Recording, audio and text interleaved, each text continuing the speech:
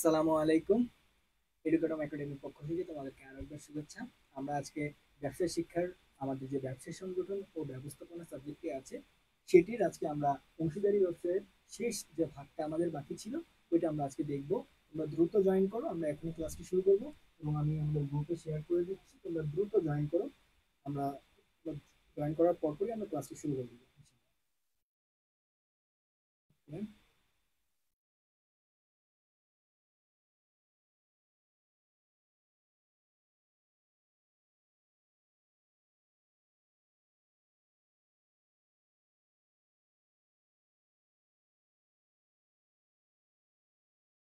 তোমরা একটু দ্রুত জয়েন করো, আমরা ক্লাস শুরু করবো। এবং আজকে কিন্তু আমরা আমাদের পড়াশোনার পাশাপাশি আজকে তোমাদেরকে কিন্তু আমরা সৃজনশীলের একটা বিষয় দেখিয়ে দিব, কিভাবে তোমরা সৃজনশীল অ্যান্সার করবে। যেহেতু তোমাদের সামনে আর 2 মাস সময় আছে, এই সময়ের ভিতরে আমরা তো পড়াচ্ছি, তোমরা পড়ানোর পাশাপাশি তোমরা নিজেরা যখন প্র্যাকটিস করবে সৃজনশীল গুলো তোমরা কিভাবে প্র্যাকটিস করবে, কিভাবে তোমরা লিখলে টিচার ফুল মার্ক দিবে এবং টিচারের খাতা দেখার যে স্ট্র্যাটেজি যেটা আছে ওইটা কিন্তু আমি দেখিয়ে দিব যে টিচাররা কিভাবে খাতা দেখে। ঠিক আছে, আমরা আজকে যে চ্যাপ্টারটা পড়তেছি এই চ্যাপ্টারটা শেষ করে দেন হচ্ছে এই চ্যাপ্টারের পরে আমরা দুটো সৃজনশীল দেখবো, যার মাধ্যমে তোমরা ক্লিয়ার হয়ে যেতে পারবা যে কিভাবে সৃজনশীল লিখতে হয়।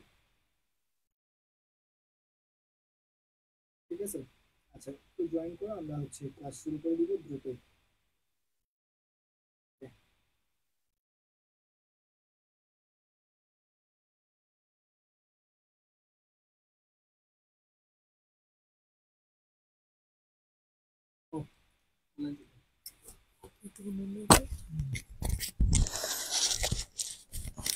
আসসালামু আলাইকুম, কেমন আছো তোমরা? ব্যবসা সংগঠন ও ব্যবস্থাপনার আরো একটি ক্লাসে তোমাদেরকে স্বাগতম। আমরা আজকে অংশীদারি ব্যবসার যে শেষ পার্টটা আছে সেটা নিয়ে আমরা দেখব এবং সেটা নিয়ে আলোচনার পরে আমরা কিন্তু আজকে আমাদের এই চ্যাপ্টারের উপরে আমরা কিন্তু একটু সৃজনশীল দেখব। এটা জাস্ট তোমাদের প্র্যাকটিসের জন্য, তোমরা কিভাবে তোমাদের সৃজনশীলগুলো পরীক্ষাতে অ্যান্সার করবে। এবং যেহেতু 2 মাস সময় বাকি আছে, আমাদের যে চ্যাপ্টারগুলো কভার করা হয়েছে ওই চ্যাপ্টারগুলোর ভিতর থেকে যে তুমি সৃজনশীলটা প্র্যাকটিস করবে, কিভাবে প্র্যাকটিস করবে এবং পরীক্ষা খাতায় যখন তুমি লিখবে কিভাবে লিখবে, যেভাবে লিখলে টিচারের ফুল মার্ক তোমাকে দিবে এবং টিচার কোন কোন পার্টে ফোকাস করে এই জিনিসগুলো আজকে দেখিয়ে দিব এই চ্যাপ্টারের উপরে আমরা 2-3টা সৃজনশীল দেখে। ওকে, কে কে আছে দেখি। আদিল, ওয়ালাইকুম আসসালাম ভাইয়া। মোরাদ মোল্লা, জি আলহামদুলিল্লাহ ভালো আছি, যদিও আমার সামনে পরীক্ষা, তোমাদের আগেই আমার পরীক্ষা, তো আমার একটু পড়াশোনা করা লাগতেছে। কথা এবার শোনা যাচ্ছে মনে হয়, দেখো তোমরা একটু জানাও তো আমাকে যে এখন কথা শোনা যাচ্ছে কিনা। মিশাদ, রাকিবুল রাকিব, বিপ্লব, তোমরা একটু জানাও তো কথা শোনা যাচ্ছে কিনা। জি আলহামদুলিল্লাহ ভালো আছি। হ্যাঁ, কক্সবাজার থেকে কে যেন দেখতেছে। আদিল, হ্যাঁ কক্সবাজার থেকে দেখতেছো। কক্সবাজার খুব সুন্দর একটা জায়গা তোমাদের। আমি কিন্তু একবার গিয়েছি আমার লাইফে, একবারই কক্সবাজার গিয়েছি, আমার খুব ভালো লাগছে। আমি নেক্সট আমার যে উইকেন্ড বা আমার যে ছুটি আসবে সামার ভ্যাকেশন, ইনশাল্লাহ যাওয়ার চেষ্টা করব, তখন তোমার সাথে দেখা হবে। ওকে, তোমরা যারা জয়েন করেছো আমরা মোটামুটি আমাদের ক্লাসটি শুরু করে দিই। ওকে, মিশাদ রহমান, লাভ ইউ, তুমি লাভ দিয়েছো আমিও তোমাকে দিলাম। ওকে ভাইয়া, আমরা আমাদের ক্লাসে চলে যাই, যেহেতু আমাদের ক্লাসটি শেষ করতে হবে। আমরা অংশীদারি ব্যবসা সম্পর্কে পড়েছিলাম, যেখানে একজন মালিক থাকবে না, একাধিক মালিক থাকবে, কিন্তু এটা আবার কোম্পানি ব্যবসায় হবে না, যেখানে তোমার একজন মালিক না হয়ে একাধিক মালিক থাকবে। এবং আমরা এখানে রেঞ্জটা দেখেছিলাম যে ব্যাংকিং ব্যবসায়ের ক্ষেত্রে 2 থেকে 10 জন, এবং নর্মাল অংশীদারি ব্যবসায়ী, অন্য যে অংশীদারি ব্যবসায়ীগুলো সেক্ষেত্রে তোমার সদস্য সংখ্যা হবে 2 থেকে 20 জন। এটাই আমাদের নর্মাল যে আলোচনা ছিল সেটা দেখেছি। প্লাস আমরা নাবালকের বিষয়টা দেখেছি যে নাবালক কিভাবে অংশীদার হতে পারবে। এছাড়া আমরা দেখেছিলাম যে কে কে অংশীদার হতে পারবে না। পাশাপাশি আমরা কিছু অংশীদারের ক্লাসিফিকেশন দেখেছিলাম যে কোন অংশীদারকে কি বলে। ঠিক আছে, আজকে আমরা দেখব একটা অংশীদারি ব্যবসায় তো গঠন হইলো, কিন্তু এটা বিলোপ সাধন মানে এটা ভেঙে যাবে কিভাবে, কোন কোন কারণে এটা ভেঙে যেতে পারে, সেটা নিয়ে আমরা আজকে আলোচনা করব। এবং তোমাদের পরীক্ষার জন্য কিন্তু এটা ইম্পর্টেন্ট। ঠিক আছে, আচ্ছা আমরা শুরু করি। বলছে অংশীদারি ব্যবসায়ের বিলোপ সাধনের ধরন সমূহ। 3টা ধরনের কথা উল্লেখ করতেছে।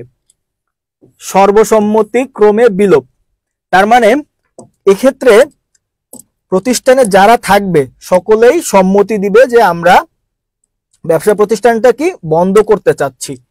সকলেই, তোমার যারা আছে সবাই সম্মতি দিবে যে আমরা ব্যবসা প্রতিষ্ঠানটি কি করব, বন্ধ করে দিব। ঠিক আছে, কিন্তু আরেকটা আছে কি, এই সর্বসম্মতিক্রমে মানে হচ্ছে ধরো অংশীদার আছে 8 জন, এখন 8 জনের ভিতর থেকে যদি 7 জন রাজি হয় এবং একজন যদি রাজি না হয় সেক্ষেত্রে এটা বিলোপ সাধন হবে না। সর্বসম্মতি মানে 8 জনের 8 জনকেই রাজি হইতে হবে। ঠিক আছে, আচ্ছা এরপরে আরেকটা আসে আমাদের বাধ্যতামূলক বিলোপ সাধন। এই বিলোপ সাধনটা ওই যে প্রতিষ্ঠানটা আছে ওই প্রতিষ্ঠানের অংশীদারদের ওপর নির্ভর করে না। এই বিলোপ সাধনটা কিছু সিচুয়েশন আছে, আমরা নিচে দেখব, তখন এই বিলোপ সাধনটা ওই অংশীদারদের উপর নির্ভর করে না, তারা মত দিক বা না দিক তোমার প্রতিষ্ঠানটি কিন্তু বিলোপ সাধন হয়ে যাবে। আর লাস্ট যেটা আছে বিশেষ ঘটনার প্রেক্ষিতে, এখন কিছু বিশেষ ঘটনা আছে যার প্রেক্ষিতে বিলোপ সাধন কিন্তু ঘটতে পারে। ঠিক আছে, এই বিশেষ ঘটনাগুলো আমরা দেখব। তো সবার আগে যেটা, আচ্ছা বিপ্লব সবাই মত দিবে। হ্যাঁ, পুতুল ওয়ালাইকুম আসসালাম ভাইয়া, কেমন আছো তোমরা? জি আদিল, সবাই মত দিবে। ভাইয়া আমাদের পিডিএফটা দেন না। পিডিএফ, এটার পিডিএফ মানে এই স্লাইডটা দেওয়া আছে, স্লাইডটা তোমরা এসে গেলেই পাবা। তোমাদের যে পেইড আমাদের যে টিএসসি যেটা আছে ওখানে আমি এই স্লাইডটা দিয়ে দিয়েছি, তো স্লাইডটা পেয়ে যাবে। এবং এই চ্যাপ্টারের উপরে লেকচার শিট বা প্র্যাকটিস শিটটা একটু হচ্ছে পরে পাবে, ওটা নিয়ে একটু কাজ করতেছি, তো ওইটা তোমাদেরকে পরে দিয়ে দিব। এটার পিডিএফ তোমরা এসে গেলে পেয়ে যাবে, তোমাদের ওই যে পেইড টিএসসি যে হোয়াটসঅ্যাপ গ্রুপ আছে ওখানে গেলে পেয়ে যাবে। ঠিক আছে, আর এছাড়া আর কোনো প্রশ্ন থাকলে করতে পারো। আচ্ছা এবার আমরা একটু পড়ায় ফিরে যাই। এখন দেখো সর্বসম্মতিক্রমে বিলোপ, এটা খুব সাধারণ একটা বিষয়। কি বলছে? সর্বসম্মতিক্রমে বা চুক্তির শর্ত মোতাবেক। তার মানে তুমি যখন চুক্তি করেছিলে, আমরা ব্যবসার প্রকার, অংশীদারি ব্যবসার কিছু প্রকারভেদ দেখেছিলাম, যেখানে আমরা দেখেছিলাম যে কিছু ব্যবসায় আছে একটা নির্দিষ্ট সময়ের জন্য অংশীদারি ব্যবসায়টি গঠন করা হয়, একটা নির্দিষ্ট উদ্দেশ্য অর্জনের জন্য অংশীদারি ব্যবসায়টা গঠন করা হয়। এখন চুক্তিতে যদি এরকম নির্দিষ্ট সময় বা নির্দিষ্ট উদ্দেশ্য থাকে, সেক্ষেত্রে আমরা কিন্তু কি করি, এই বিলোপ সাধনটা চুক্তি মোতাবেক করি। আর আরেকটা কি হতে পারে, যেগুলো যত অংশীদার আছে, ধরো 10 জন অংশীদার আছে তোমার অংশীদারি ব্যবসায়, সবাই মিলে ডিসিশন নিল যে তারা ব্যবসাটি বন্ধ করে দিবে, এই ক্ষেত্রে এই দুইটা আমার সর্বসম্মতিক্রমে বিলোপ সাধনের আন্ডারে যায়। এরপরে আসো আমরা পরের পার্টটা দেখি। আচ্ছা দিয়াউন আফরিন, তুমি ভাইয়া পিডিএফ পাও নাই, ওই গ্রুপে যদি জয়েন না থাকো, ওই গ্রুপে আমি দিয়ে দিয়েছি, তো যদি জয়েন না থাকো আমি আরো একবার তোমাদের উদ্দেশ্যে বলতেছি, যারা জয়েন ছিল না তাদের জন্য আমি বলেছি এটা। ওকে, আমি এখানে লিখে দিচ্ছি, তোমরা যারা জয়েন নাই আমাদের পেইড টিএসসি গ্রুপে, তারা হচ্ছে তোমরা যে এডুকেটমের সাথে আছো, হয় তোমরা যে ক্লাসটি করতেছো, হয় বাংলা ইংরেজি আইসিটি কোর্সে ভর্তি হয়েছো, তার সাথে এই গ্রুপ সাবজেক্টের ক্লাস করতেছো, না হলে আমাদের business studies sure short course যেটা ছিল সেটাতে ভর্তি হয়েছো। তো এই দুইটাতে যে তুমি ভর্তি হয়েছো এটার একটা প্রুফ সহ তুমি আমাকে যদি এই নাম্বারে আমাকে হোয়াটসঅ্যাপে নক করো, আমি গ্রুপে অ্যাড করে দিব। কিন্তু কথা হচ্ছে যে এই নাম্বারে নক দেওয়ার সময় তোমরা অবশ্যই কি করবে, আমাকে ওই যে প্রুফটা দিবে যে তোমরা যদি বাংলা ইংরেজি আইসিটি তে ভর্তি হয়ে থাকো তাহলে তোমরা ওই গ্রুপে আছো কিনা, এরকম একটা প্রুফ, আমাকে নর্মাল একটা প্রুফ দিলেই হবে। জাস্ট ওটা দিলে আমি তোমাদেরকে আমাদের এই গ্রুপে অ্যাড করে দিব, ওখানে আমাদের যাবতীয় সবকিছু আমরা দিয়ে দিই। এবং পাশাপাশি আমার যে স্লাইড গুলো আছে সেটার একটা লিঙ্কও আছে। ঠিক আছে, ওই লিঙ্কটা দাঁড়াও আমি তোমাদের এই কমেন্ট বক্সে দিয়ে দিতেছি, তোমরা জাস্ট একটু ওয়েট করো। ওকে, হ্যাঁ, এখানে কমেন্ট বক্সটা চেক করো তোমরা। এই যে, হ্যাঁ, এই লিংকে গেলে তোমরা পিডিএফ পেয়ে যাবে। ঠিক আছে ভাইয়া? ওকে, আমি লিংক দিয়ে দিয়েছি, তোমরা এই লিংকে চলে যাবে, গিয়ে ওখান থেকে পিডিএফ নিয়ে নিবে। আচ্ছা, আর তাছাড়াও গ্রুপে জয়েন হইতে হলে প্রুফ দিয়ে আমাকে এই নাম্বারে নক করবা, আমি তোমাদেরকে অ্যাড করে দিব। ওকে ভাইয়া, এটা নিয়ে আর কথা নাই। বাকিয়া ওয়ালাইকুম আসসালাম ভাইয়া, ক্লাস শুরু হয়ে গেছে, ক্লাস করো। বাকি আমাদের নিয়মিত সদস্য, ঠিক আছে আপু, তোমরা ক্লাস মাত্র শুরু হইলো, আমরা জাস্ট একটা পার্টটা দেখেছি। আচ্ছা, এরপরে আসো, কিছু আছে বাধ্যতামূলক বিলোপ সাধন। এই বাধ্যতামূলক বিলোপ সাধন কোনগুলো? প্রথম কথা হচ্ছে, যদি দেউলিয়া, এখন দেউলিয়া কে হতে পারে? সকলে হতে পারে, বা ওই অংশীদারি ব্যবসার একজন বাদে সকল অংশীদার।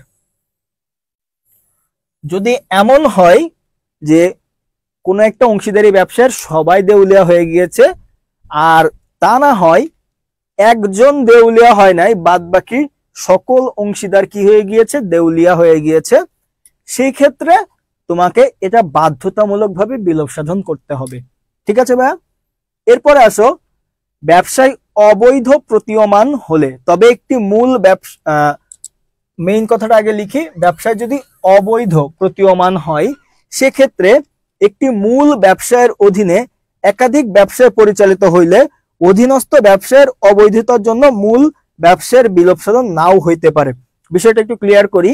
বিষয়টা হচ্ছে, ধরো তোমার একটাই ব্যবসা আছে, সেই এই ব্যবসাটা তুমি অবৈধভাবে পরিচালনা করতেছো। যদি ব্যবসায় একটাই থাকে, এই ব্যবসাটা তুমি যদি পরিচালনা করো অবৈধভাবে, তাহলে এই টোটাল ব্যবসাটাই বিলোপ সাধন হয়ে যাবে। কিন্তু ধরো তোমার আন্ডারে কিছু সাবসিডিয়ারি কোম্পানি আছে, ধরো তোমার একটা মূল ব্যবসা আছে, এই মূল ব্যবসার আন্ডারে কিছু সাবসিডিয়ারি কোম্পানি ব্যবসা আছে। এখন এদের আন্ডারে যে ছোট ছোট বিজনেস গুলো আছে, এই ছোট ছোট বিজনেস গুলোর কোনো একটাতে যদি তোমার অবৈধতার প্রমাণ মিলে, তাহলে ওই ছোট ছোট বিজনেস যেটাতে অবৈধতার প্রমাণ মিলবে সেটি বন্ধ করে দেওয়া হবে, বা সেটি বিলোপ সাধন হবে। কিন্তু এই মূল যে তোমার ব্যবসাটি ছিল, সেটি বিলোপ সাধন হবে না। ক্লিয়ার ভাইয়া? ওকে, এরপরে আসো, পরেরটা দেখি, বিশেষ ঘটনার প্রেক্ষিতে। এখন বিশেষ ঘটনা কোনটা? নির্দিষ্ট সময়ের জন্য গঠিত ব্যবসার সময়ান্তে, যদি কোনো নির্দিষ্ট ব্যবসায়, যেটা আমি আগেই বলেছি, যদি সময় শেষ হয়ে যায়, ঠিক আছে, সেই ক্ষেত্রে এখন দেখো, কিছু অংশীদারি ব্যবসায়, কিন্তু আমি গতকালকে পড়িয়েছিলাম, কিছু অংশীদারি ব্যবসায় আছে যেগুলো ঐচ্ছিক, যেগুলো সময় শেষ হয়ে যাওয়ার পরেও কিন্তু চলতে থাকে। ঠিক আছে, তো এই সময় শেষ হয়ে যাওয়ার পরে এই বিশেষ ঘটনার প্রেক্ষিতে যে তোমাকে এইগুলো হইলেই যে বিলোপ সাধন করতে হবে এমন না। যদি প্রতিষ্ঠানের সকল অংশীদার যদি রাজি থাকে যে আমরা সময় শেষ হয়ে গিয়েছে, আমরা বিলোপ সাধন করে দিব, তাহলে বিলোপ সাধন হয়ে যাবে। ঠিক আছে, তো এইটার সাথে কিন্তু তাহলে এটার একটা মিল আছে। ঠিক আছে, এটার সাথে এটার একটা মিল আছে, যে যদি তোমার সময় শেষ হয়ে যায় বা নির্দিষ্ট উদ্দেশ্য অর্জন হয়ে যায়, তাহলে যদি সবাই ডিসিশন নেয় যে ব্যবসাটি বন্ধ হয়ে যাবে, তাহলে বন্ধ করে দিবা, বিলোপ সাধন হয়ে যাবে। কিন্তু সবাই মিলে যদি ডিসিশন নেয় যে ব্যবসাটি এখনো চলবে সামনের দিকে, সেক্ষেত্রে সেটি কিন্তু তোমার ঐচ্ছিক অংশীদারি ব্যবসায় হয়ে যাবে। তখন তোমার সেটা কিন্তু বিলোপ সাধনের আন্ডারে আসবে না, যদি সকলে সম্মতি দিয়ে দেয়। ঠিক আছে, উদ্দেশ্যের জন্য গঠনের পর, উদ্দেশ্য হাসিলের পর, মানে কোন একটা উদ্দেশ্যের জন্য তুমি গঠন করেছো, যে আমি এই পদ্মা সেতুটা নির্মাণের জন্য একটা অংশীদারি ব্যবসা গঠন করলাম, বা কোন একটা নির্দিষ্ট প্রজেক্টের জন্য অংশীদারি ব্যবসা গঠন করলে, এখন ওই প্রজেক্টটি যদি শেষ হয়ে যায়, দেন তুমি ব্যবসাটি বন্ধ করে দিবে। আর তারপরে একটা কি আছে, কোন অংশীদারের মৃত্যু হলে। এখন এইটার ক্ষেত্রে কিন্তু তুমি আবার ভাইয়া যে অনুমতি নিয়ে বিলোপ সাধন বন্ধ করতে পারবা না।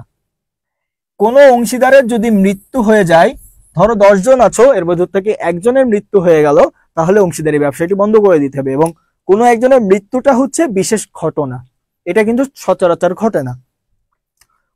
যে কোনো অংশীদার দেউলিয়া হলে। এখন মাঝে মাঝে একটা নিয়ম আছে যে তোমার অংশীদারি ব্যবসায় যদি কেউ একজন দেউলিয়া হয়, সেক্ষেত্রে তোমার এই বিশেষ ঘটনার আন্ডারে নিয়ে এসে তুমি কি করতে পারো, বিলোপ সাধন ঘটাইতে পারো। কিন্তু এই ক্ষেত্রে কিন্তু ওই রকম এটার মতো বাধ্যবাধকতা নেই যে যদি প্রতিষ্ঠানে একজন বাদে সকলেই দেউলিয়া হয়ে যায়, সেক্ষেত্রে তোমাকে অবশ্যই কি করতে হবে, বিলোপ সাধন করতে হবে। আর এটা বিশেষ একটা ঘটনা যে কোনো একটা অংশীদার দেউলিয়া হয়েছে, সেই অংশীদারের প্রতিষ্ঠানে একটা বিরাট ভূমিকা ছিল। প্রতিষ্ঠানটা দেখা যায় একটা তোমার ওই যে অংশীদার ছিল সে দেউলিয়া হয়ে যাওয়ার পরে প্রতিষ্ঠানে একটা বিরাট লস হয়ে গিয়েছে, সেই ক্ষেত্রে কিন্তু এটা বিশেষ ঘটনার আন্ডারে চলে যাবে। তাহলে এই দুইটা জায়গায় একটু খেয়াল রাখবে যে কোনো একজন অংশীদারের যদি দেউলিয়াত্ব হয় বা কোনো একজন অংশীদার যদি দেউলিয়া হয়ে যায়, সেটা বিশেষ ঘটনার প্রেক্ষিতে।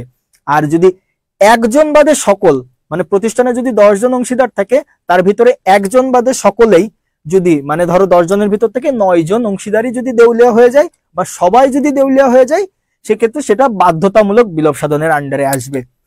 এই বিলোপ সাধনের এই ধরনগুলো তোমাদের ক্লিয়ার হয়েছে কিনা ভাই একটু জানাও তো। তাহলে আমি পরবর্তী স্লাইডে চলে যাব।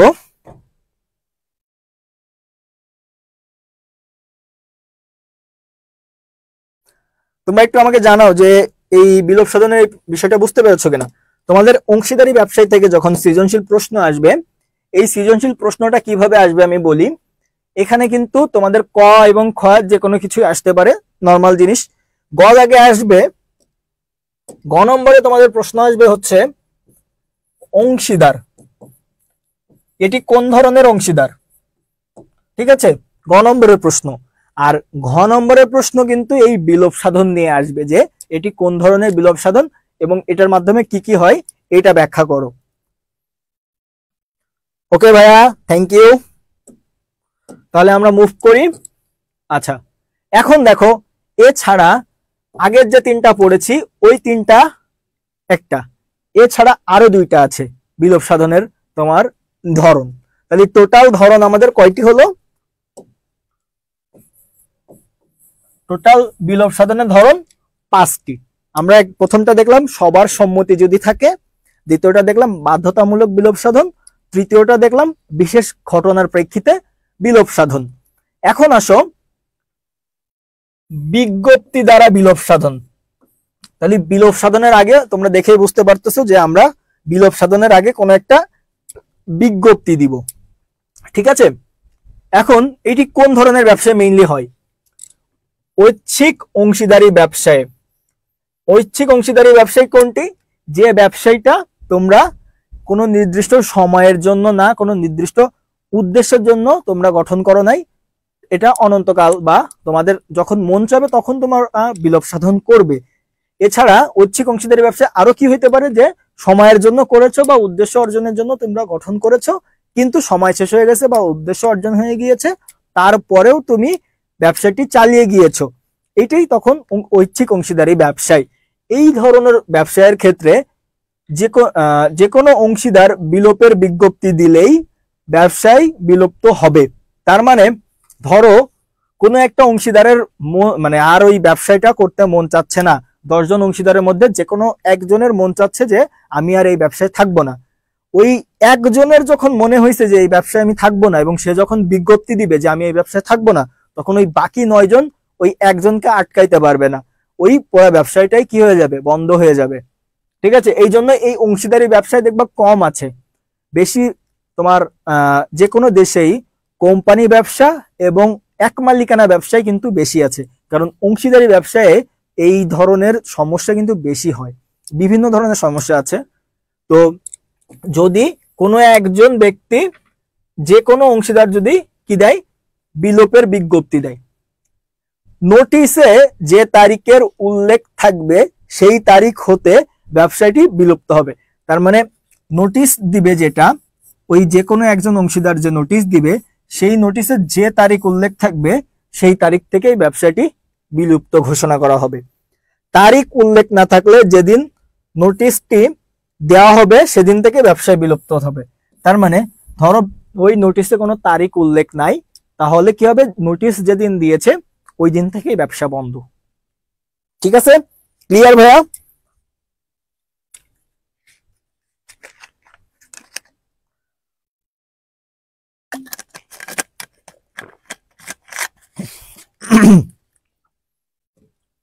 এখন আরেকটা কি হইতে পারে, এক্ষেত্রেও অংশীদারের ভূমিকা আছে, কিন্তু অংশীদার এবার আদালতের সাহায্য নিচ্ছে। অংশীদারের আবেদনের প্রেক্ষিতে আদালত কর্তৃক বিলোপ সাধন। এটি কিভাবে হবে?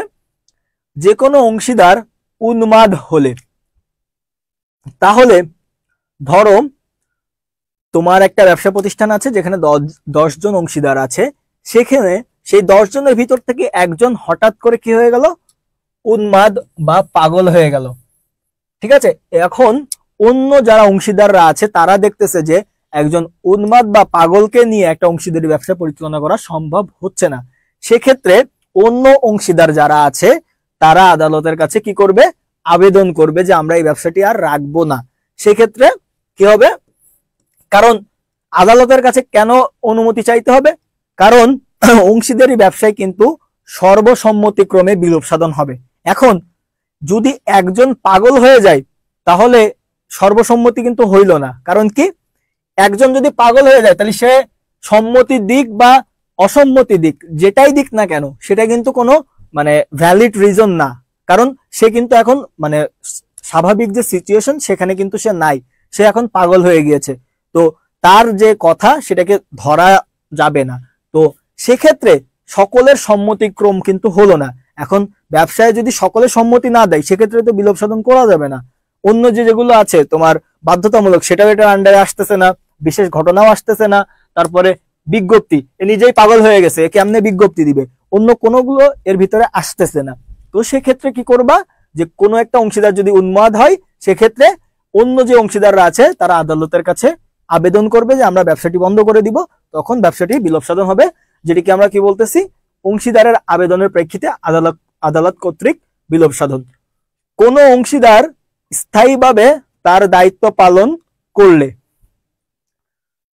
কোন অংশীদার স্থায়ীভাবে তার দায়িত্ব পালন করলে, তার মানে অংশীদারি ব্যবসায়ে কিছু দায়িত্ব থাকে, এখন এই দায়িত্বটা চেঞ্জ হয়, কিন্তু কেউ যদি মানে একদম স্থায়ীভাবে ওই নির্দিষ্ট দায়িত্বটাই পালন করতে থাকে সেক্ষেত্রে অন্যান্য অংশীদাররা যারা আছে তারা কিন্তু বলতে পারে যে এই দায়িত্বটা তো আমিও পালন করতে পারি কারণ আমিও একজন অংশীদার।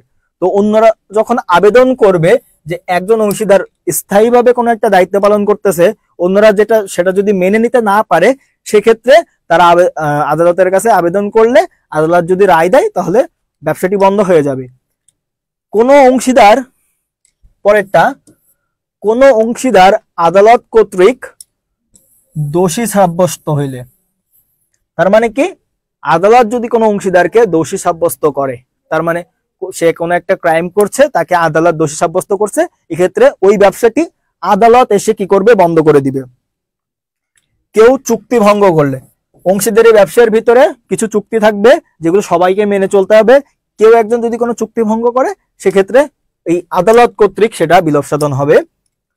অংশ স্থানান্তর করলে, কোনো একটা অংশীদারি ব্যবসার তুমি কিছু একটা পার্ট, কোন একটা পার্ট অন্য জায়গায় স্থানান্তর করে দিলা, সেক্ষেত্রেও তোমাকে এই আদালত কর্তৃক বিলোপ সাধন হয়ে যাবে। আদালত যদি রায় দেয় যে ওই অংশীদারি ব্যবসাটা এক জায়গা থেকে আরেক জায়গায় অল্পখানিক নিয়ে যাওয়ার কারণে কোনো একটা ঝামেলা হয়েছে, তাহলে আদালত চাইলে সেটা বিলোপ সাধন করে দিতে পারে। ক্ষতি ছাড়া কখনো লাভ না হলে, এটা হচ্ছে মেইন পয়েন্ট। আদালত কখন ব্যবসাটা বন্ধ করে দিবে, দেখবে যে বছরের পর বছর শুধু ক্ষতিই হচ্ছে, কোনো লাভ হচ্ছে না, সেক্ষেত্রে আদালত কিন্তু সেই ব্যবসাটি বন্ধ করে দিবে। ঠিক আছে, এই মোটামুটি আমাদের বিলোপ সাধনের যে 5টা ধরন ছিল সেই 5টা ধরন আমরা আলোচনা করলাম।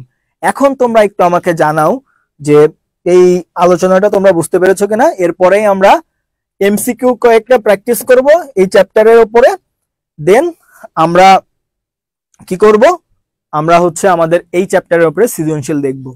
এখন নিচে আরেকটা বিষয় লেখা আছে, এই বিষয়টা একটু লক্ষ্য করো, এটা সহজ টেকনিক তোমাদের জন্য দেওয়া আছে। সহজ টেকনিকটা দেখো কি বলা আছে, সকলে একমত হয়ে, তার মানে কি, কয়টা বিলোপ সাধনের প্রক্রিয়া আছে সেটা বোঝাচ্ছে। সকলে একমত মানে সর্বসম্মতিক্রম, ঠিক আছে। এরপরে নিচে দেখা যাচ্ছে, ওকে, হ্যাঁ নিচে দেখা যাচ্ছে, ওকে। তাহলে প্রথমটা ছিল সকলের সম্মতিক্রমে, এরপরে বাধ্যতামূলকভাবে বিশেষ ঘটনার প্রেক্ষিতে বিজ্ঞপ্তি দিয়ে আদালতে গেলে। তাহলে এই পাঁচটা মনে রাখার ওয়ে কি? সকলে একমত হয়ে বাধ্যতামূলকভাবে বিশেষ ঘটনার প্রেক্ষিতে বিজ্ঞপ্তি দিয়ে আদালতে গেলে, একবারে তোমরা মনে করতে পারবা, মনে রাখতে পারবা। ওকে, বিপ্লব শেখ, আমি বলেছি যে আমি এটা তোমাদেরকে দিয়ে দিব, ওটা নিয়ে কাজ করতেছি, ওটা আজকে বা কালকের মধ্যে তোমরা পাবা, ঠিক আছে। ওটা আমি দিয়ে দিব, ওটা নিয়ে পেইন খাইও না। এখন দেখো এই বিষয়টা তোমাদের ক্লিয়ার হয়েছে কিনা তোমরা একটু জানাও। ওকে, মালিহা নূর পুতুল, ঠিক আছে, থ্যাংক ইউ ভাইয়া, ক্লিয়ার। ওকে, আচ্ছা আমরা আজকে আমাদের এই পার্টের উপরে কিছু এমসিকিউ দেখবো এবং দুইটা বোর্ড কোশ্চেন দেখবো। ওই দুইটা দেখে তোমাদের হচ্ছে একটা ধারণা আসবে যে তোমরা কিভাবে কোয়েশ্চেন সলভ করবা। তোমাদের এই যে ম্যানেজমেন্ট যে সাবজেক্টটা আছে এটার কোয়েশ্চেন তোমরা পরীক্ষার খাতায় কিভাবে অ্যান্সার করবে। তোমাদের অন্য যে জিনিসগুলো আছে যেমন অ্যাকাউন্টিং বা ফাইন্যান্স, ওখানে তোমাদের কিছুটা ম্যাথ আছে, তো ম্যাথ মিললে তোমাদেরকে ফুল মার্কস দিয়ে দিবে, কিন্তু ম্যানেজমেন্টে ফুল মার্কস ক্যারি করতে গেলে তোমাকে সৃজনশীল লেখার কিছু নিয়ম মেনটেন করে তারপরে লিখতে হবে। ওইগুলো আজকে তোমাদেরকে একটু দেখাবো। ওকে, আসো আমরা কিছু এমসিকিউ দেখি।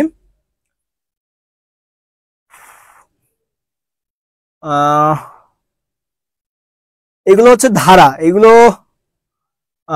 আমরা যখন পড়েছি এই ধারাগুলো একটু দেখো, এগুলো এমসিকিউ এর জন্য লাগতে পারে বা একেবারে শিখে রাখলে।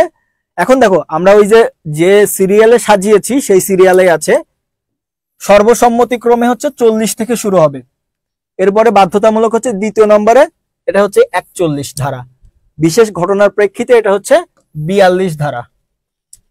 এরপরে তাহলে 40, 41, 42, এরপরে কি 43, 44। তার মানে তোমরা এই নিচের বিষয়টা যদি মনে রাখো যে সকলে একমত হয়ে বাধ্যতামূলকভাবে বিশেষ ঘটনার প্রেক্ষিতে বিজ্ঞপ্তি দিয়ে আদালতে গেলে, এই যে সিরিয়ালটা, এই সিরিয়ালটাই মনে রাখবা। আর ধারা কত থেকে শুরু হবে? 40 থেকে, 40, 41, 42, 43, 44, এই পাঁচটা। ওকে, এখন আমরা তাহলে প্রথম প্রশ্নটার অ্যান্সার করো তোমরা একটু। অংশীদারি ব্যবসায়ের ক্ষেত্রে কত ধারা অনুযায়ী আদালত কর্তৃক বিলোপ সাধনের বিধান রয়েছে? আদালত কর্তৃক, এটা আমাদের কয় নম্বরে ছিল সেই অনুযায়ী অ্যান্সার করো। 40, 41, 43 না 44, কত নম্বরে ছিল সেই অনুযায়ী একটু অ্যান্সার করো। আমি দেখি তোমরা একটু অ্যান্সার করো, কে কে আছো।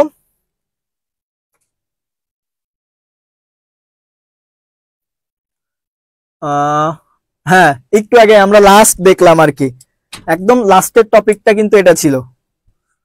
তো থ্যাংক ইউ তোমরা যারা অ্যান্সার করতেছো। কি অ্যান্সার করছো দেখি, হ্যাঁ আফরিন, জান্নাতুল বাকিয়া, আফরিন খ হবে না ভাইয়া, তুমি খ লিখেছো, খ হবে না। কেন হবে না? আমরা লিখেছিলাম সকলের সম্মতিক্রমে বাধ্যতামূলক ভাবে, একটু আমরা যাই পিছনে যাই, এটা আরেকবার দেখো তোমরা তাহলে মনে থাকবে। এই যে প্রথমে সকলের সম্মতি, এরপরে বাধ্যতামূলক, এরপরে বিশেষ ঘটনার প্রেক্ষিতে, তারপরে বিজ্ঞপ্তি দিয়ে আদালতে গেলে। তাহলে আদালতটা কোথায় ছিল? শেষে ছিল। তাহলে আমাদের এই যে প্রশ্নের উত্তরটা কি হবে?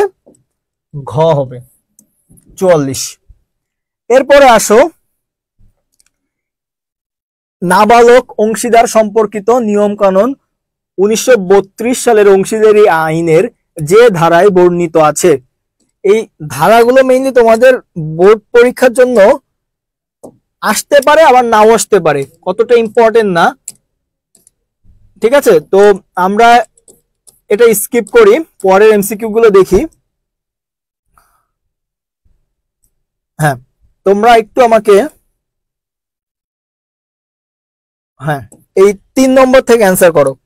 অংশীদার হিসেবে নাবালকের দায় কি? গতদিন পড়িয়েছি, ক্ষেত্র বিশেষে অসীম, অসীম, ক্ষেত্র বিশেষে সীমাবদ্ধ নাকি সীমাবদ্ধ? এই 3 নম্বরটার অ্যান্সার করো, 2 অ্যান্সার করা লাগবে না, 3টা অ্যান্সার করো। অংশীদার হিসেবে নাবালকের দায় কি? অসীম, ক্ষেত্র বিশেষে অসীম, ক্ষেত্র বিশেষে সীমাবদ্ধ নাকি সীমাবদ্ধ? এটা অ্যান্সার করো তোমরা একটু। আমরা আর 2-3টা এমসিকিউ দেখে দেন আমরা হচ্ছে সৃজনশীলে চলে যাব এবং সৃজনশীল প্রশ্নের উত্তর করার চেষ্টা করব যে তোমরা কিভাবে অ্যান্সার করবে।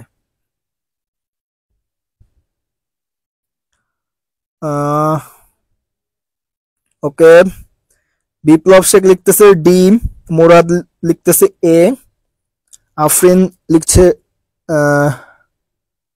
ওকে এটা ডি, এটা C. Okay, A B C D, শেষেরটা হচ্ছে ডি। ওকে, হ্যাঁ, বোরহানউদ্দিন লিখছে ঘ। হ্যাঁ, অনেকে সঠিক উত্তর দিয়েছো। আমরা পড়েছিলাম কোনো অংশীদারি ব্যবসায় যদি নাবালক অংশীদার হিসেবে থাকে সেক্ষেত্রে তাকে কিন্তু আমরা দায়বদ্ধ করতে পারি না যতক্ষণ না সে সাবালক হইতেছে, তারপরে অংশীদারি ব্যবসায় কন্টিনিউ করতেছে। তো নর্মালি যদি নাবালক থাকে সেক্ষেত্রে সে তার দায়টি একদম কোনো ক্ষেত্র বিশেষ নাই, ডিরেক্ট সীমাবদ্ধ। ঠিক আছে, তাহলে নাবালকের ক্ষেত্রে দায়টি কি? সীমাবদ্ধ। ওকে, নাবালক মানে কি? আমাদের দেশে 18 বছরের নিচে যে তাকে নাবালক বলে। শর্ত সাপেক্ষে একজন অপ্রাপ্ত বয়স্ক, কথাটা খেয়াল রাখো, অপ্রাপ্ত বয়স্ক ব্যক্তিকে ফার্মের অংশীদার বানানো যায়। তার মানে কি? কোনো একটা শর্তের সাপেক্ষে কোনো একটা ব্যক্তিকে তুমি ফার্মের অংশীদার বানাবা, এটা কিসের জন্য? তাকে মুনাফা প্রদানের শর্তে, দায় গ্রহণের শর্তে, বাড়তি যোগ্যতার শর্তে, সুনামের শর্তে নাকি মূলধন সরবরাহের শর্তে? এটা একটু ভালো করে বলো, কনফিউজ কিন্তু হয়ে যাইতে পারো যে অপ্রাপ্ত বয়স্ক ব্যক্তিকে মানে কোন কারণে ফার্মের অংশীদার বানানো হয়। এটা একটু অ্যান্সার করো তোমরা, দেন আমরা আর একটা এমসিকিউ দেখে আমরা সৃজনশীলে চলে যাব।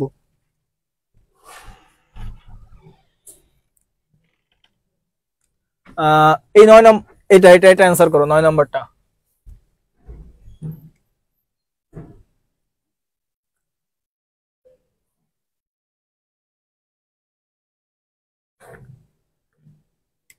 আমি পড়তেছি, কোন শর্ত সাপেক্ষে একজন অপ্রাপ্ত বয়স্ক ব্যক্তিকে ফার্মের অংশীদার বানানো যায়? মুনাফা প্রদানের শর্তে, দায় গ্রহণের শর্তে, সুনামের শর্তে, বাড়তি যোগ্যতার শর্তে নাকি মূলধন সরবরাহের শর্তে?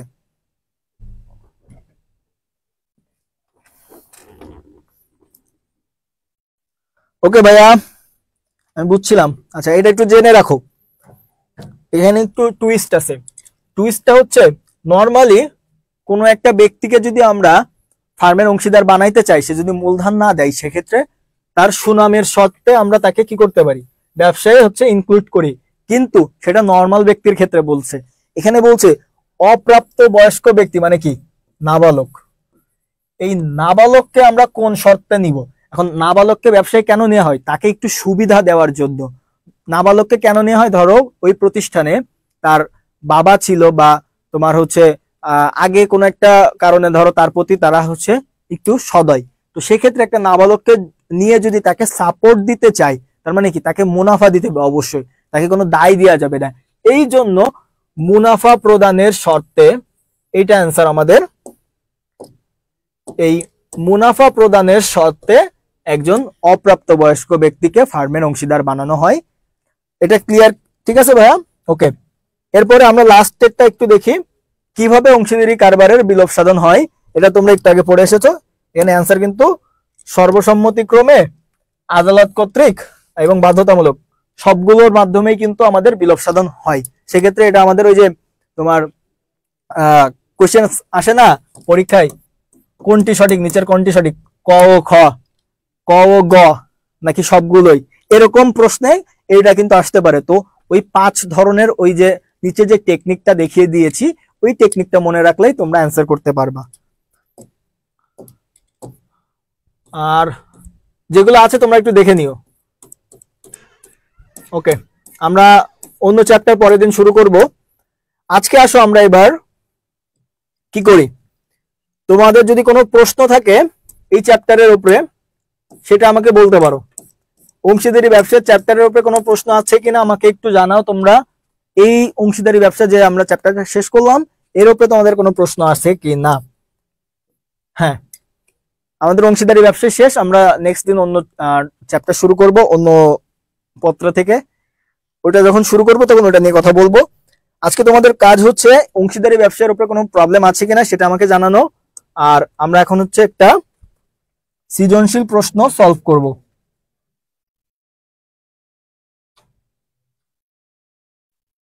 একটু জানাও ভাইয়া কোনো প্রশ্ন আছে কিনা।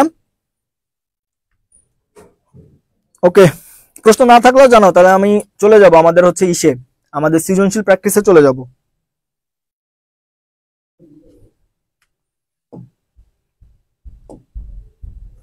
ওকে,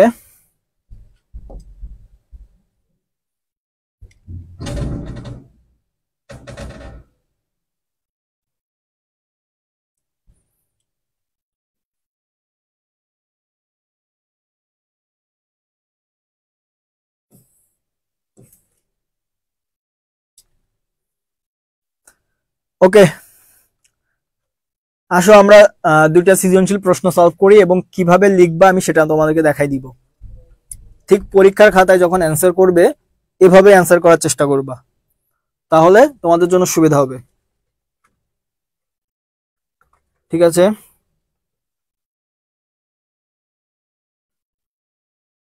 ওকে।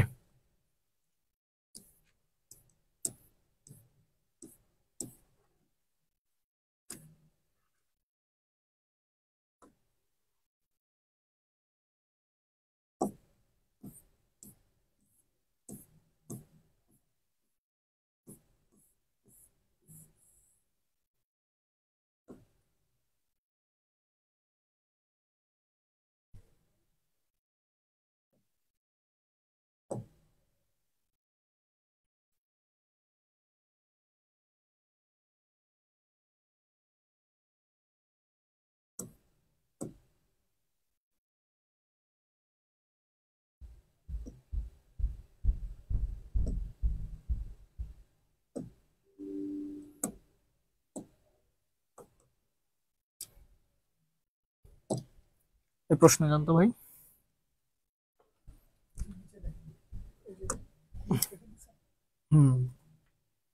প্রশ্ন জানতো।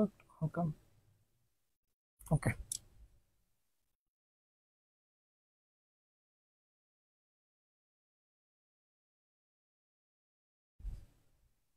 ওকে, আচ্ছা আমরা প্রশ্ন সলভ করি তাহলে। আচ্ছা, তো তোমরা আমাদের সাথে?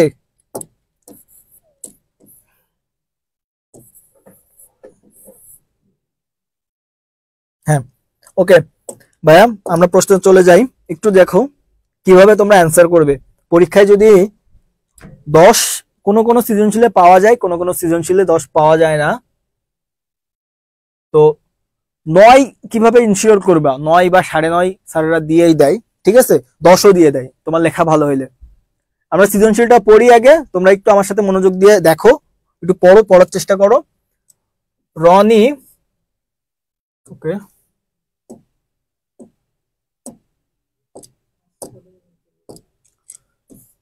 রনি, জনি ও তাদের আরো 5 বন্ধু, তাহলে টোটাল কয়জন হইলো? 10 জন হইলো। কিন্তু 10 জন, এই 10 জন না, সরি 5 বন্ধু, তাহলে 7 জন। টোটাল কয়জন হইলো? 7 জন। হ্যাঁ, এই রনি, জনি এবং তাদের আরো 5 বন্ধু।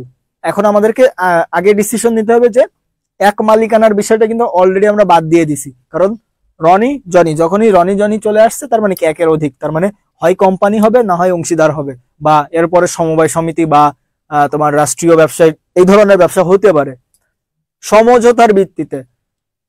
এটা আমরা অংশীদারি ব্যবসা যখন শুরু করেছি তখন এই কথাটা উল্লেখ করেছিলাম, সমঝোতার ভিত্তিতে এবং সমঝোতার ভিত্তিতে একটি কম্পিউটার ব্যবসার শুরু করলেন। সুমি কম্পিউটার, এই যে এই ক্ষেত্রে সুমি আরেকটা ব্যক্তি যে কম্পিউটার বিষয়ক জ্ঞানে পারদর্শী। সুমি যে মেয়েটি আছে সে কম্পিউটার খুব ভালো জানে, সে কারণে ব্যবসায় তাকে অন্তর্ভুক্ত করা হলো। ভালো করে ভাবো যে সুমি কম্পিউটারে কি জন্য হলো, তোমার হচ্ছে এই কি করলো, তার যে জ্ঞান আছে সেটিতে ব্যবসায় দেওয়ার জন্য অন্তর্ভুক্ত হইল। এখন কিন্তু সুমি কোনো মূলধন কিন্তু সরবরাহ করলো না। এখন আছে সমস্যা নেই, কিন্তু সুমি কোনো মূলধন সরবরাহ করে নাই। এখন হঠাৎ করে কি হলো, রনি, এই যে রনি ব্যক্তিটা আছে সে হঠাৎ করে পাগল হয়ে গেল, তাদের ব্যবসাটি জটিলতার সম্মুখীন হয়। তার মানে এখানে দুইটা বিষয়কে ফোকাস করা হয়েছে। দুইটা বিষয় কি কি? একটা হচ্ছে একজন ব্যক্তি যে প্রতিষ্ঠানে কি করলো, কোনো মূলধন দিল না, মূলধন না দিয়েই সে কি করলো, প্রতিষ্ঠানে তোমার তার যে জ্ঞানটা আছে এই জ্ঞানটা ব্যবহার করার সুযোগ দিল। ঠিক আছে, এই ব্যক্তিটা তার কোনো ওই বাসা থেকে টাকা এনে দিল না। আরেকটা ঘটনা কি ঘটেছে, যে রনি নামে যে ছেলেটি ছিল সে হঠাৎ করে কি হয়ে গেছে, পাগল হয়ে গেছে।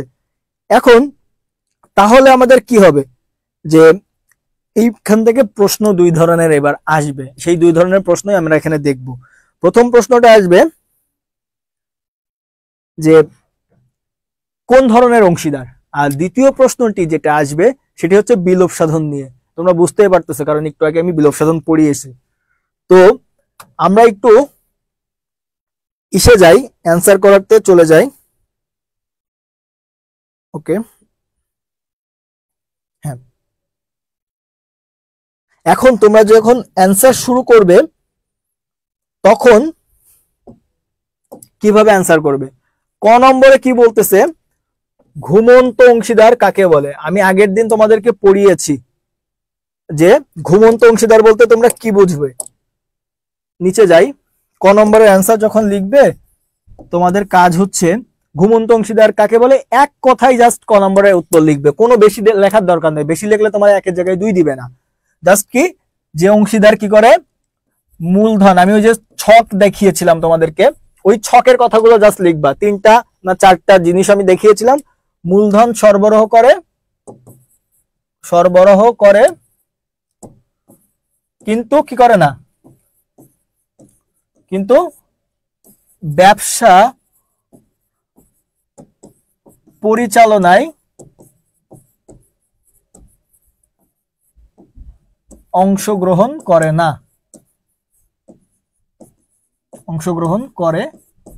না, তাকে কি বলবো আমরা, আমাদের ঘুমন্ত অংশীদার। জাস্ট এতটুকুই তোমরা 1 মার্কের জন্য লিখবে, খুব বেশি কথা লিখতে হবে না। 2টা কথাকে আমি ফোকাস করেছি এখানে, এই 2টা কথাকে ফোকাস করবে। একটা হচ্ছে মূলধন ঠিকই সরবরাহ করে কিন্তু পরিচালনায় কোনো অংশগ্রহণ সে করে না। জাস্ট ক নম্বর এতটুকু লিখলেই ক নম্বরের জন্য তোমাকে 1 দিয়ে দিবে। বিষয়টা ক্লিয়ার ভাইয়া? এখন আসো আমরা খ নম্বরে যাই। খ নম্বরে কি বলতেছে,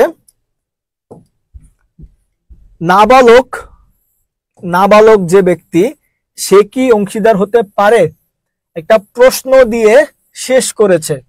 এখন তোমরা যখন খ নম্বরের প্রশ্ন উত্তর করবে তখন কিভাবে উত্তর করবে?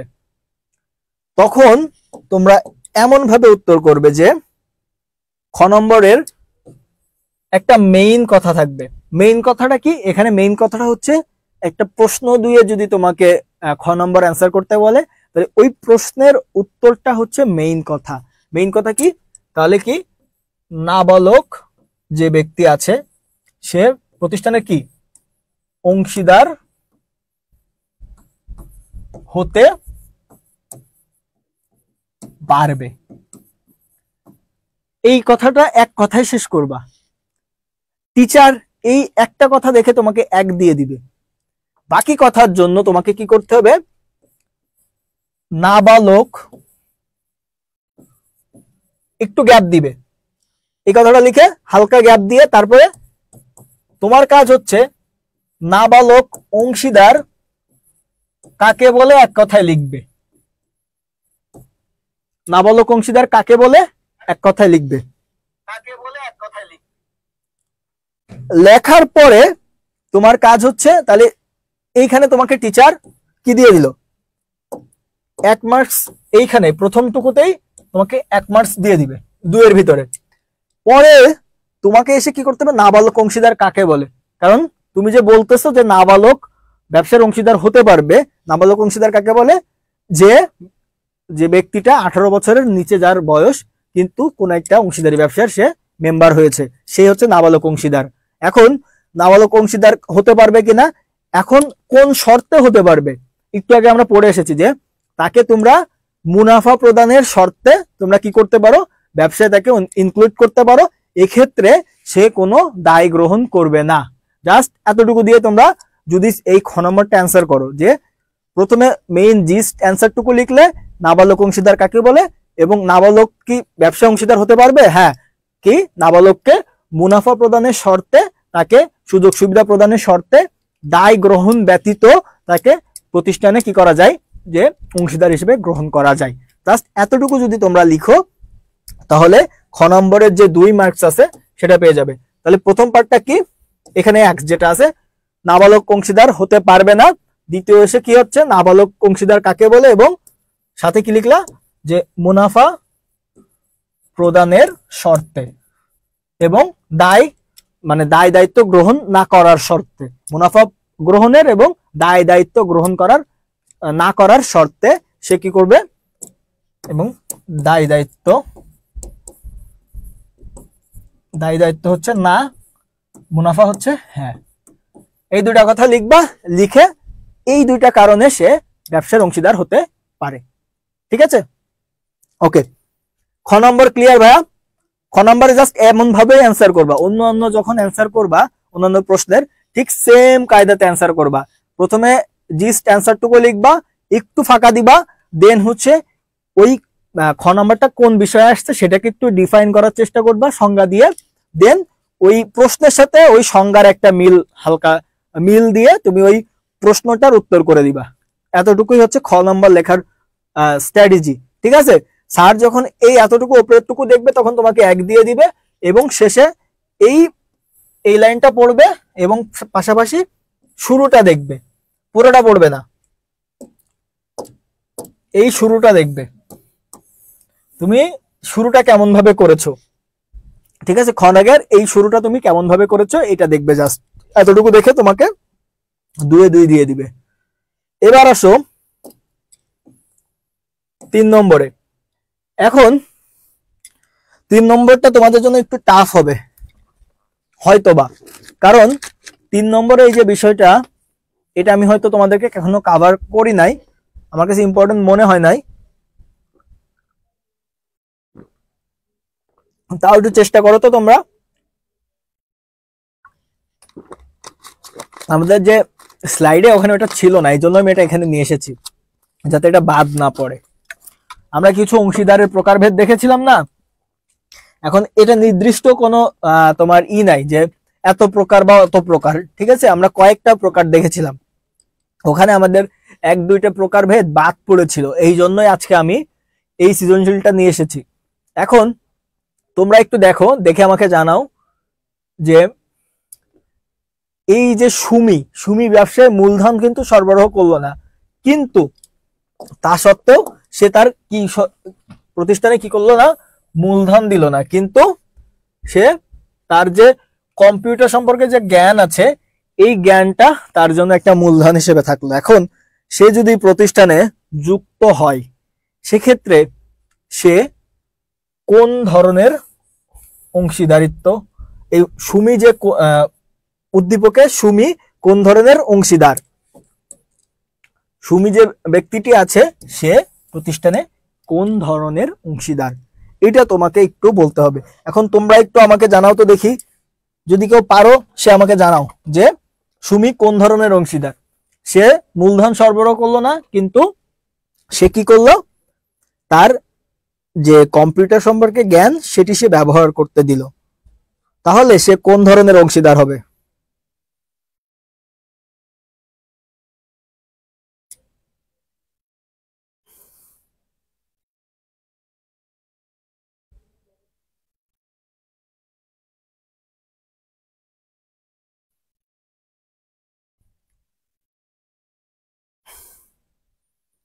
তোমরা যদি অ্যান্সার না করতে পারো তাও আমাকে একটু জানাও, তাহলে আমি তোমাদের অ্যান্সারের ব্যবস্থা করব ইনশাল্লাহ, এবং বুঝিয়েও দিব।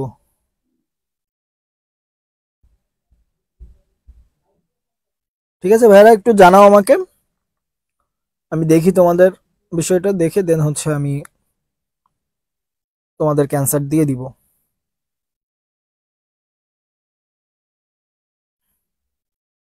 এখানে ভুলটা করতেছে, এই জন্য এই প্রশ্নটা নিয়ে এসেছি।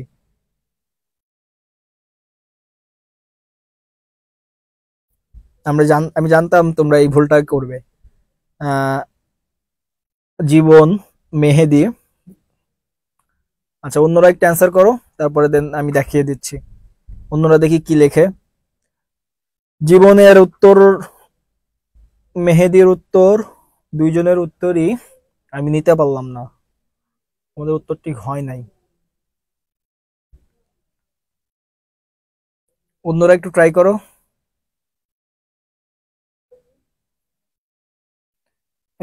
আমি এই জন্য তো বললাম যে আমি এই এই জিনিসটা কভার করি নাই তোমাদেরকে, এই জন্য আবার নিয়ে এসেছি এখানে। হ্যাঁ, ওকে, তাহলে আমরা একটু দেখি। দেখো, হ্যাঁ, তোমরা অনেকেই লিখতেছো, যারা লিখতেছো তারা লিখতেছো যে নামমাত্র অংশীদার। নামমাত্র অংশীদারে কি ছিল, যে তার সুনাম বা নাম ব্যবহার করতে দিত, সুনাম বা নাম ব্যবহার করতে দিত, তাকে আমরা বলতাম নামমাত্র অংশীদার। কিন্তু এখানে সুমি কি ব্যবহার করতে দিচ্ছে দেখো, এখানে সুমি কিন্তু তার কোনো নাম না, সে যে একটা কম্পিউটারের বিষয়ে তার যে জ্ঞান আছে, ধরো ব্যবসা প্রতিষ্ঠানটা কম্পিউটারের জ্ঞান রিলেটেড বা ফ্রিল্যান্সিং বা ওই টাইপের কোনো একটা ব্যবসায়, সেই ক্ষেত্রে কম্পিউটারের যে জ্ঞানটা, এটা প্রতিষ্ঠানের জন্য একটা অ্যাসেট বা কোনো একটা সম্পদ হিসেবে কাজ করতে পারে। এখন এই ক্ষেত্রে আমরা এ থেকে নাম বা সুনামের বিষয়টা আনবো না, কারণ এক্ষেত্রে তার নাম বা সুনাম কোনো কাজে দেয় নাই, কাজে দিয়েছে কি তার দক্ষতা বা তার কাজটা। এখানে যদি সুমি একটা ধরো নাম করা ব্যক্তি আছে, তার নামটাই ধরো সে একটা ক্রিকেট প্লেয়ার, সে জাস্ট ওই অংশীদারি ব্যবসায় যুক্ত হয়েছে, তার কোনো জ্ঞান বা কোনো দক্ষতা নাই, সেক্ষেত্রে আমরা বলতে পারতাম নাম মাত্র। এই ক্ষেত্রে এই সুমি প্রতিষ্ঠানের, হ্যাঁ আমরা লিখতেছি গ নম্বর, সে প্রতিষ্ঠানের কর্মী অংশীদার। আমি জানি ভাই, আমি এটা তোমাদেরকে পড়ায় নাই, এই জন্যই এখন নিয়ে এসেছি কর্মী অংশীদার। তাহলে সুমি কি কর্মী অংশীদার। এখন কর্মী অংশীদার কাকে বলে, তার আগে আমরা গ নম্বরটা কিভাবে অ্যান্সার করব সেটা দেখব। ক নম্বরটা অ্যান্সার করব এইভাবে, আমি মেইন জিনিসটা আগে তোমাদেরকে দেখিয়ে দিই। প্রশ্নের যেটা তোমাকে চেয়েছে যে এটি কোন ধরনের অংশীদার, সেটি এক কথায় লিখবে যে সুমি হচ্ছে কর্মী অংশীদার। ঠিক আছে, এরপরে তোমার কাজ কি, নিচে আসবে, নিচে এসে এই কর্মী অংশীদার বিষয়টা কি এটা তুমি ডিফাইন করবে। কর্মী অংশীদার এতটুকু তুমি যদি লেখো তোমাকে 1 দিয়ে দিবে, এই পার্টটা যদি লিখো তুমি 1 পেয়ে যাবা। টিচার এটাকে দেখবে, প্রথমে দেখার পরে এইটা দেখেই অনেক সময় তোমাকে যদি তার বেশি তাড়াহুড়া থাকে, সে জাস্ট এই প্রথম লাইন দেখে কিন্তু তোমাকে 3-এ 3 দিয়ে দিতে পারে।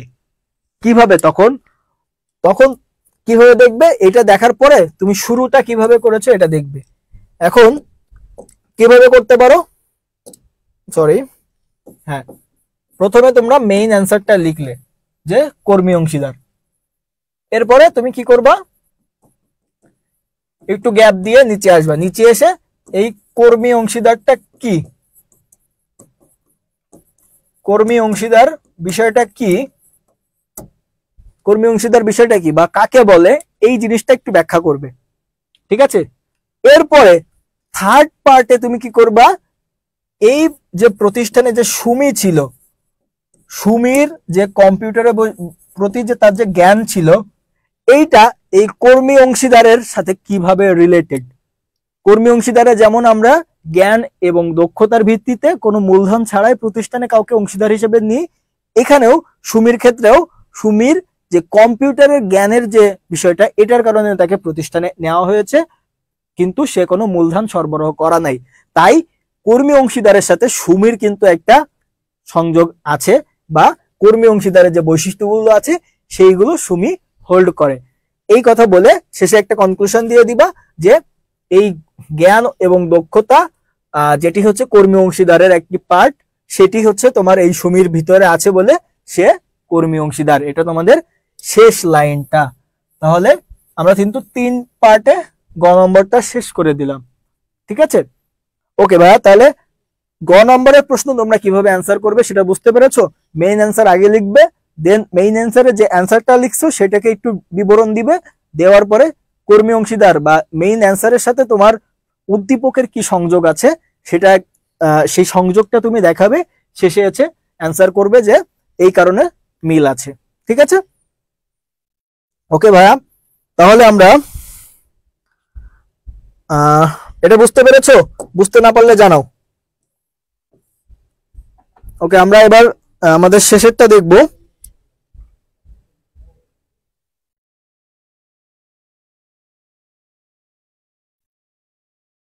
হ্যাঁ, ওকে, আমাদের লাস্ট যেটা ঘ নম্বরের প্রশ্ন সেটি আমরা দেখব এখন।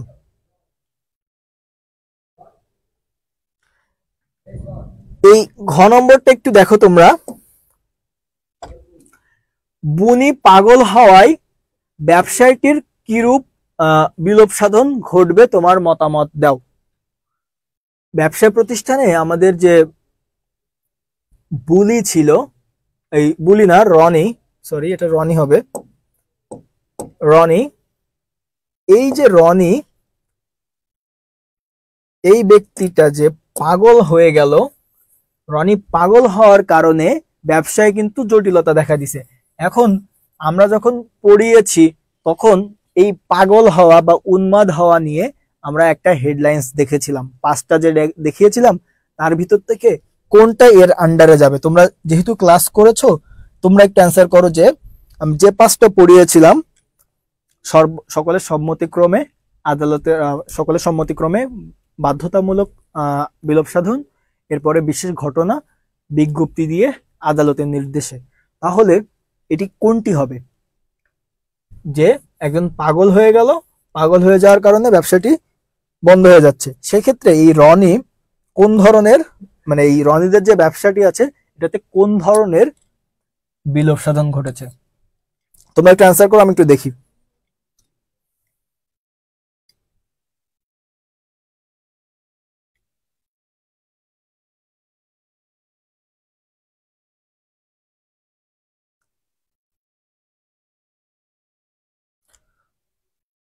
তোমরা অ্যান্সার করো ভাইয়ারা, দেখি কে কে অ্যান্সার করতেছো।